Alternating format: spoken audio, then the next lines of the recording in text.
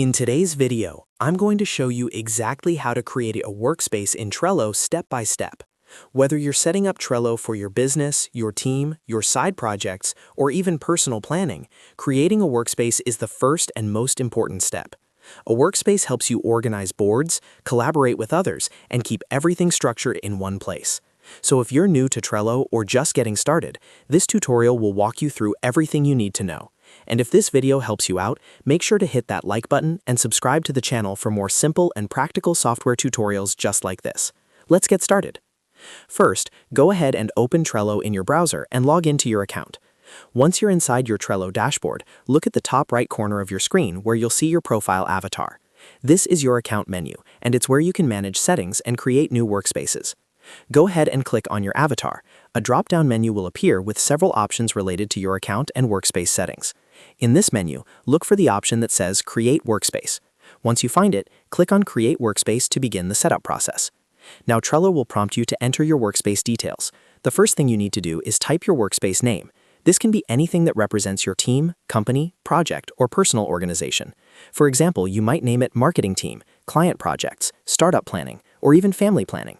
Choose a name that clearly represents the purpose of this workspace. Next, you'll need to choose the workspace type. Click on the Choose option to select the type that best fits your needs. Trello usually provides options like business, education, engineering, marketing, operations, IT, or other.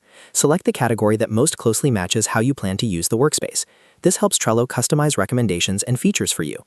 After selecting the workspace type, you'll see a field where you can add a workspace description. This step is optional, but it's highly recommended, especially if you're working with a team. In the description box, briefly explain what the workspace will be used for. For example, you might write something like, "This workspace is for managing client deliverables and tracking project deadlines." Adding a description makes it easier for team members to understand the purpose of the workspace.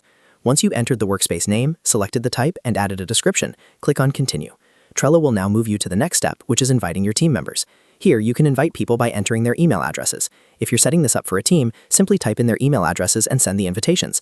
They'll receive an email allowing them to join your workspace. If you're creating this workspace just for yourself, you can skip this step for now and add members later at any time. After completing or skipping the invite step, your new workspace will be created. You'll now be inside your Workspace dashboard, where you can start creating boards, organizing tasks, and building your workflow. If you ever want to switch between multiple workspaces, look toward the top left area of Trello where you'll see the Workspace drop-down menu. Click on that drop-down and you'll be able to view and switch between all the workspaces connected to your account. This is especially useful if you manage different teams or projects separately. And that's it. That's exactly how to create a workspace in Trello from start to finish. As you can see, the process is quick and beginner-friendly, and once your workspace is set up, you're ready to start creating boards and collaborating with your team. If you found this tutorial helpful, make sure to like this video and subscribe to the channel for more Trello tips, productivity guides, and step-by-step software tutorials. Thanks for watching, and I'll see you in the next video.